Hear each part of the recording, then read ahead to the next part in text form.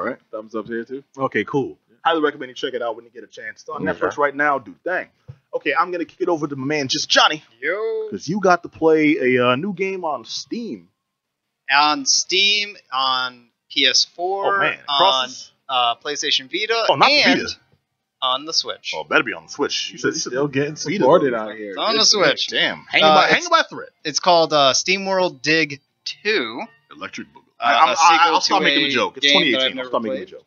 Yeah. You've never played it? I never played the original. Oh. So I have no clue. I went into this game went in fresh. essentially, nice and fresh. Virgin territory. I had a kind of an idea. No Vaseline. Like, I kind of expected digging, but man, do you dig in this game. Well, it's called SteamWorld Dig. You get one weapon. SteamWorld Dig. What you doing? It's a kart racer. I don't know what happened there. You're in a Steam world where you're playing as this robot lady, and you're looking for what I believe is the main character from the first game. He goes AWOL. That's kind of cool. Kind of like a Bionic Commando thing. It's like I'm Rad Spencer looking for a Super Joe. Yep. Okay. It's that type of thing. Well, did that hamper your gameplay then? Did you have to have knowledge of the previous game, or else you were like? They give you enough to go for. So they give you enough information. That's your goal. You're finding your friend. They went AWOL. You know that they tell you that in the prior game they found this ancient tech that has caused a change in that person. You don't know exactly what it is until you progress further in, and sort of learn as you dig further down and discover more and more elements and stuff, spoiler stuff that I won't bring up. Okay. But wait. Yep. The big question, because you're about to go into gameplay. Yep. The big question: are you pumping alligators with like bicycle pumps and hoses? You get a pump, but it's like I knew it. It's not a bicycle pump. Dig dug ass mother. It's like a little I guess like a mine shooter water pump thing where you can shoot like a torpedo mine that blows up rocks and stuff. Okay, all right. But you can't really aim it except left or right. Can't aim it. How was it? Weapon? And up. You can aim up too. I can point it left, right, or up. That's called aiming. Yeah. Wait. It doesn't go very far. It goes like half a screen, and then it like I don't know fizzles. My head started hurting. All right, go ahead, man. I'm just gonna stop talking. All right, so you're playing as this lady android. You arrive at this town, sort of like this Western style town, full of other android robots, and it's very much in this sort of Western SteamWorld-y type of setup, and that is your hub that you're going to constantly return to. And the objective of the game is to sort of figure out what happened to your friend and dig. The way you find out is by digging and finding these ancient ruins, because you know that they're going through ancient ruins. So you're also trying to follow their footsteps, and you're essentially just digging downward for the most part, and you're exploring. And you have a pickaxe with you. Is this like a dungeon crawler then?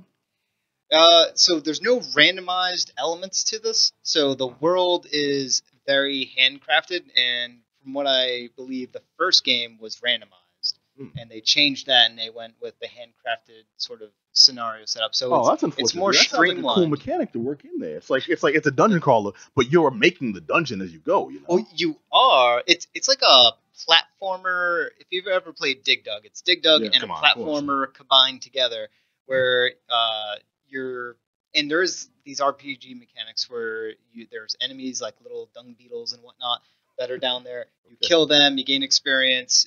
You can then also mine precious metals and ores and gems and stuff like that that you can, which is kind of like the main loop of it, but I'll get to that in a little bit.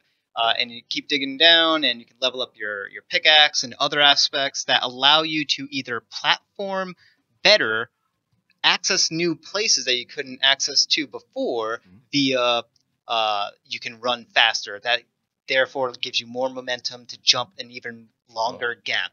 Or you get a jetpack where it allows you to sort of fly for a certain amount of time and hover. Is it like a Mega Man setup where you incorporate these into your gameplay, but you have to use them to advance, or are these just like enhanced? You do have to use these to advance. So it's called item gating.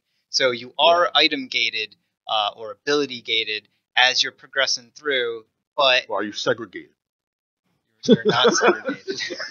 Segregated from the other. So as you're progressing downward, because it's handcrafted in a sense, you're always gonna go get the next power up that you need to access the next area. So you're always able to progress and get new things, new mechanics that unlock to you as you progress. And while you're digging through, there's going to be these gems, and there's this risk reward part of the game, which really makes it interesting and fun, where you can only carry so much loot with you, so many gems and gold and whatnot. And you have to make the decision to continue going down further to get more loot, or to try to find a sort of a transportation tube that brings you all the way up to the top of the town, where you can then sell your loot to then upgrade yourself, your stats, or your items and your gear. And you take the tube back down to where you were, and you continue to start digging. Do you have an option of where this tube is, or do you have to locate this tube? You have to locate it yourself. Okay. And you kind of get a general idea of where things are located, and also where the game allows you to dig. It's pretty cut and dry. There's certain rocks that you just, no matter what you try, you cannot get through. And then there's others that are really easy to dig through. Others that are, you have to use like a jackhammer in order to get through. And leveling one rock, you got to use the power of rock.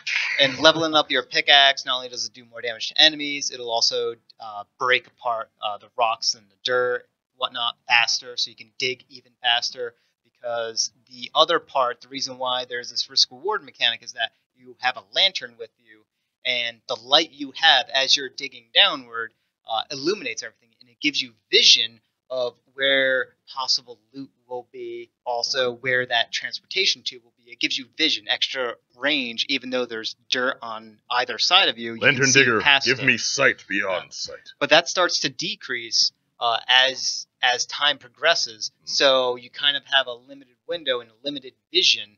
By the time the light goes out, now you're kind of in darkness, and you can only see one square around you. So now it's like really risky, because you could stumble onto traps. There could be fallen rocks that will just absolutely smash your head, and if you die, you drop whatever gems you carry on you right on that spot. It's gone. Like, and if you die, they take your shoes. Well, they take your gems. Now, how does the difficulty progress with the game? Like after every stage you go up, does it just get more difficult, or does it get like impossible difficult?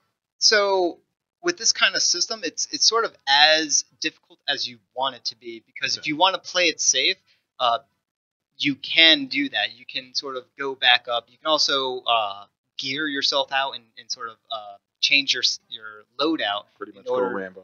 And yeah, you can change your loadout to sort of play in a particular way, or for instance, you could do a loadout that gives you better loot and helps you gain more loot, or you could do a loadout that makes you better in combat, or gives you more health, stuff like that. So, but overall difficulty, it's not a punish you Soulsy style game at all. It's definitely easier. There's puzzle elements with the platforming. So as you're digging down, there's going to be these caves speckled about the world, and these caves are sort of like platformer puzzle challenges. They have to use your skills and your capabilities in order to traverse and get the rewards that are within there. And at the end of them, a big mechanic is that you can wall jump, which ties into your digging. So how you're digging down, that allows you to, if you dig properly, you can wall jump your way back up. So if you're so far down that you can't find the next tube and you're getting worried, then you can always try to wall jump your way back up to where the previous tube that you took is at. Okay. Well, I imagine the way you make it sound. Well, first of all, what do you think, man? Thumbs up, thumbs down?